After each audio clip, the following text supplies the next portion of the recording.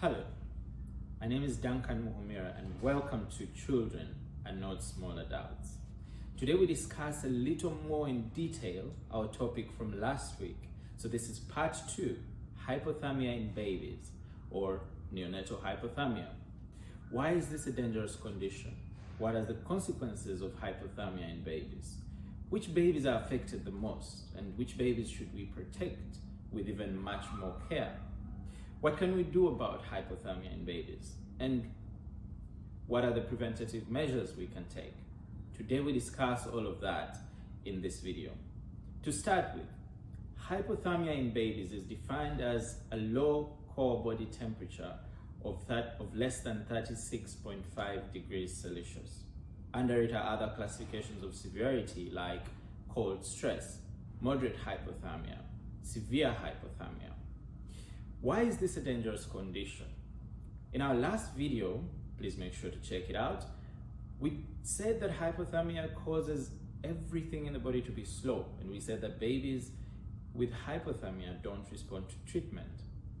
Hypothermia has consequences like bradycardia, apnea. Consequently, you have hypothermia, and over time, organ dysfunction, and this leads to death. It can progress very fast, especially in the highly risk babies. Who are these babies? We talk about prematures who have a very high body surface area to volume ratio or body surface area to mass index. These babies also have an undeveloped integumentary system. They're unable to control their own body temperatures.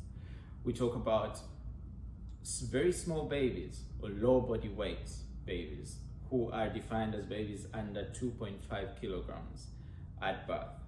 In general, babies are at risk because they're in the womb before birth. They have a very good temperature control. But when they're born, they come into this environment, this thermodynamically unstable environment. And so they have to find a way to adjust to it, and this is very tough for them.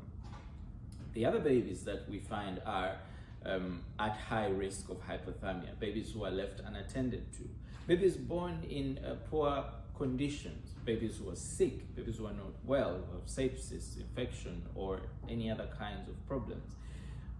We also talk about babies who are born and not taken care of well, the routine newborn care, which we'll also discuss later on. Now, what is the reason why these babies get hypothermic? How does it happen?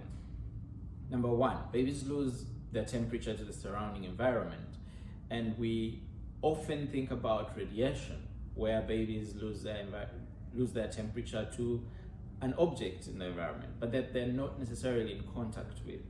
Evaporation, where we have a baby whose skin is wet and they lose their temperature or their warmth to the environment. Conduction, when there is a bit of contact between the baby and another object which is colder, and therefore the baby loses their warmth to that object. Convection, and so forth. These are all the modes in which babies lose their warmth. It's very important to remember that babies lose a lot of heat from their scalp, this area of the head. And why is that? This is because this area covers a large surface area of the baby in this time.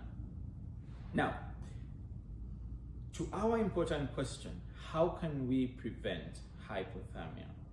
Because prevention is better than cure. We need to think about how to prevent it, and so that we don't have to go into how to treat it. Two very important modes we shall discuss. Number one, kangaroo mother care, which is a natural and easy method that we'll discuss later on. And number two, wrapping the baby adequately with the pieces of cloth that you have. And this we touched a little bit on in the beginning. The other modes of treatment include use of incubators, if you have them, use of radiant warmers, again, if you have them. Thank you very much. Please subscribe to get further updates, and for questions, additions, comments, or suggestions of topics that you'd like us to cover, please write us on this email. We'll see you next week.